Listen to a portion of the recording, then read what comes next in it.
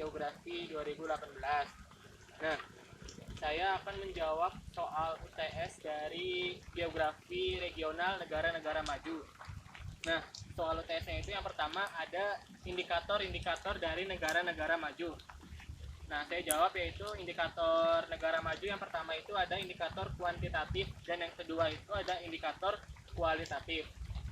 Yang saya jelaskan pertama kali ini adalah indikator kuantitatif. Indikator kuantitatif ini merupakan indikator yang berisikan tentang angka-angka yang ada pada negara-negara tersebut, negara maju itu. Lalu indikator apa saja yang ada di negara maju itu? Indikator yang pertama itu ada indikator kuantitatif ya. Indikator kuantitatif ini terbagi menjadi beberapa jenis, yaitu yang pertama ada jumlah penduduk negara-negara maju ini adalah rendah. Kenapa? Karena jumlah penduduknya itu rendah karena kelahirannya itu rendah ya itu. Yang kedua itu adalah angka kepadatan penduduknya itu rendah. Kenapa? Karena jarak antara kelahirannya itu rendah sehingga rumah dari warga satu dengan warga yang lainnya itu dikatakan sangat jauh gitu. Lalu yang ketiga itu ada angka beban ketergantungannya itu seimbang. Kenapa? Karena usia non produktif dengan usia produktif itu hampir sama, sehingga usia produktif itu dapat mengelola produksi hasil dari berusaha industri, perkembangan dan juga ekspor, nilai ekspor. Lalu ada tingkat pertumbuhan penduduknya itu rendah. Kenapa? Karena setiap wilayah negara itu memiliki pertumbuhan yang rendah. Lalu ada usia harapan hidup tinggi. Kenapa? Karena IPM atau Indeks Pembangunan Manusia negara-negara maju ini memiliki IPM yang di atas 77 usianya.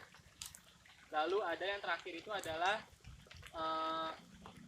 pendapatan per kapita dari masyarakat negara maju ini adalah tinggi. Kenapa? Karena masyarakat ini mampu mengelola hasil produksi dengan baik sehingga dapat diekspor dan juga dapat dinikmati oleh warga negara maju itu sendiri.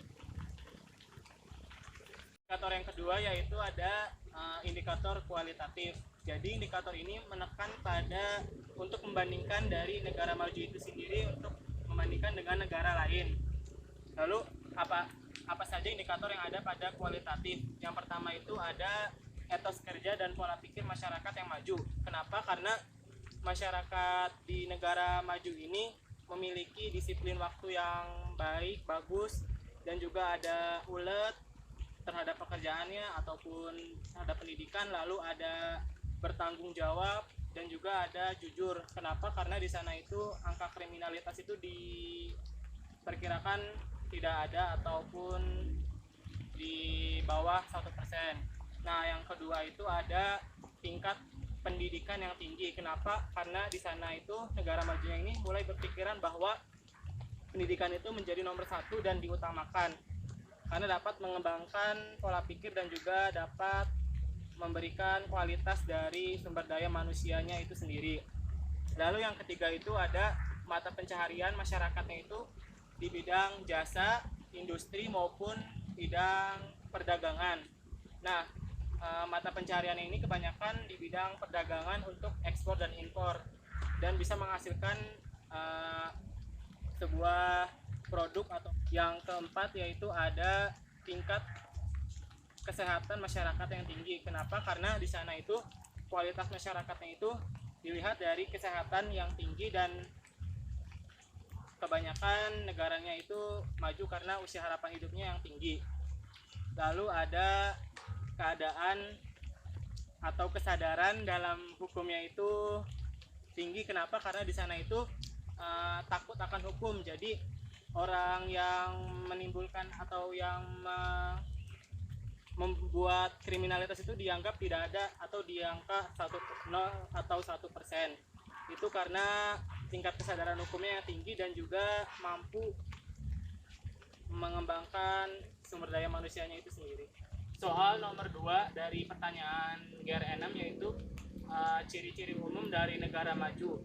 Ciri-ciri umum dari negara maju ini terdapat beberapa jenis, yaitu yang pertama ada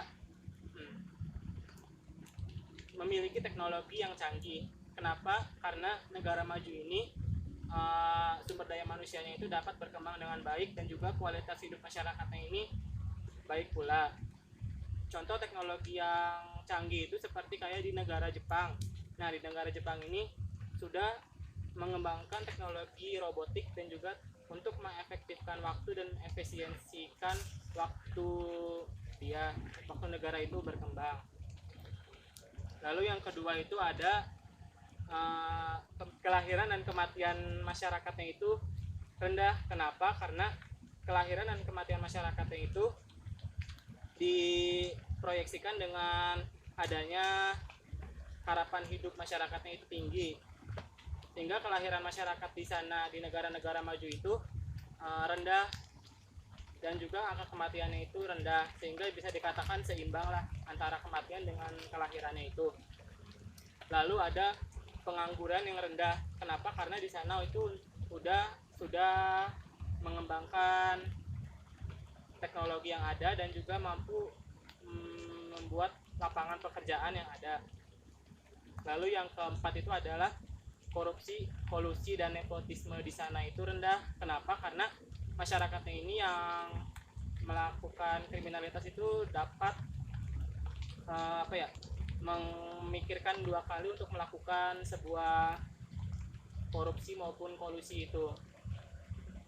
Lalu ada kemandirian masyarakat yang tinggi. Kenapa? Karena masyarakat di negara maju ini memiliki kemandirian dalam bidang mengembangkan teknologi yang mutakhir ya, seperti kayak teknologi modern dan juga elektronik. Lalu ada mobilitas masyarakat yang tinggi. Kenapa? Karena masyarakatnya ini mampu dan juga pekerjaan mereka itu jauh dari hunian atau rumah mereka. Dan yang terakhir itu adalah kebangsaan mereka itu tinggi. Kenapa? Karena masyarakatnya itu mampu dan juga percaya pada produk hasil dari negara mereka itu dapat dipakai di kehidupan sehari-hari dan juga dapat bermanfaat bagi negara-negara berkembang ataupun negara yang lainnya.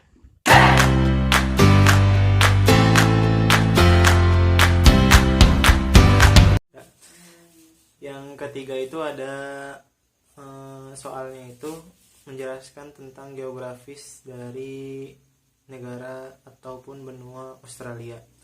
Nah, benua Australia disebut juga sebagai negara ataupun benua yang terbesar ke-6 di dunia dan juga merupakan benua terkecil di dunia. Di Australia memiliki 3 iklim besar, yaitu iklim tropis, iklim subtropis, dan juga iklim sedang. Lalu ada letak geografis. Letak geografis dari benua Australia ini utaranya berbatasan langsung dengan negara Indonesia dan juga negara Papua Nugini. Di sebelah barat berbatasan langsung dengan Samudra Hindia, dan di sebelah timur ini juga berbatasan dengan Samudra Pasifik, dan di selatannya itu berbatasan langsung dengan benua dan juga laut di kutub selatan. Bendera dari negara Australia ini hampir sama ataupun hampir mirip dengan negara New Zealand ataupun Selandia Baru. Seperti lihat, ini adalah gambar dari bendera Australia dan ini adalah dari bendera New Zealand ataupun Selandia Baru. Keduanya hampir sama, tetapi hanya membedakannya itu adalah dari jumlah bintangnya. Lalu keduanya itu sama-sama negara persemakmuran ataupun negara Commonwealth dari United Kingdom ataupun Britania Raya. Di Australia pun memiliki 8 negara bagian. Yang pertama itu ada Australia Utara yang beribukotakan Darwin. Lalu ada Australia Barat yang beribu kotakan Perth.